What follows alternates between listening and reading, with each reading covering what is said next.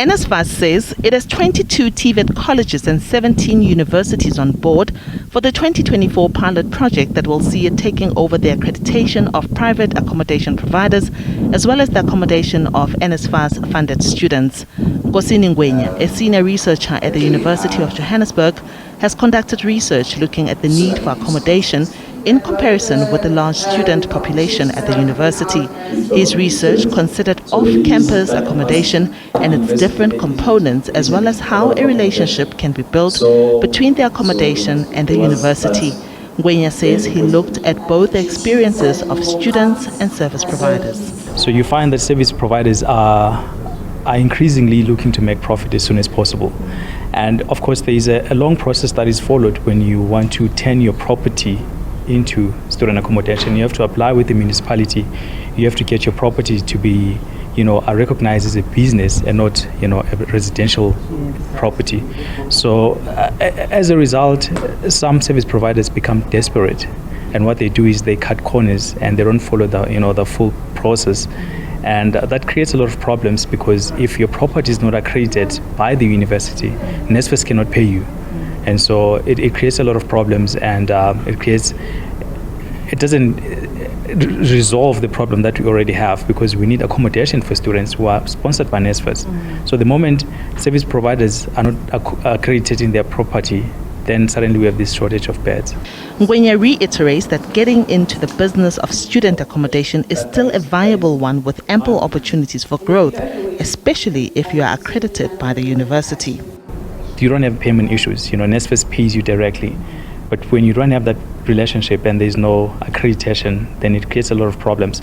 So my advice to service providers would be, to engage with the institution and see for themselves the benefits of getting their properties accredited, because doing that will help them a lot. And also, it will help the institution, because ultimately the institution needs, service providers to house their students. So without the service providers, students cannot be housed.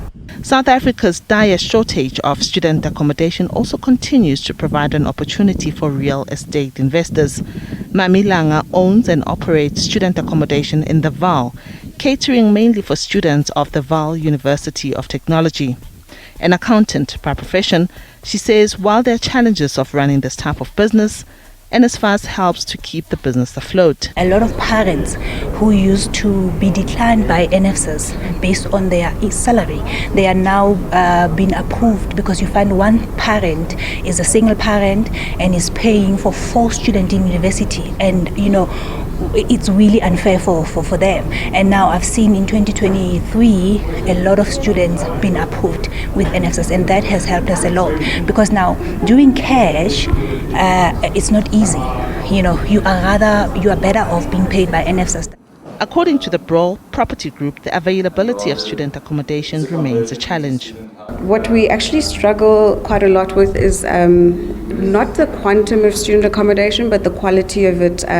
So we don't want to have people sitting in backyards and cottages, illegal commune situations, overbearing the infrastructure of the surrounding communities.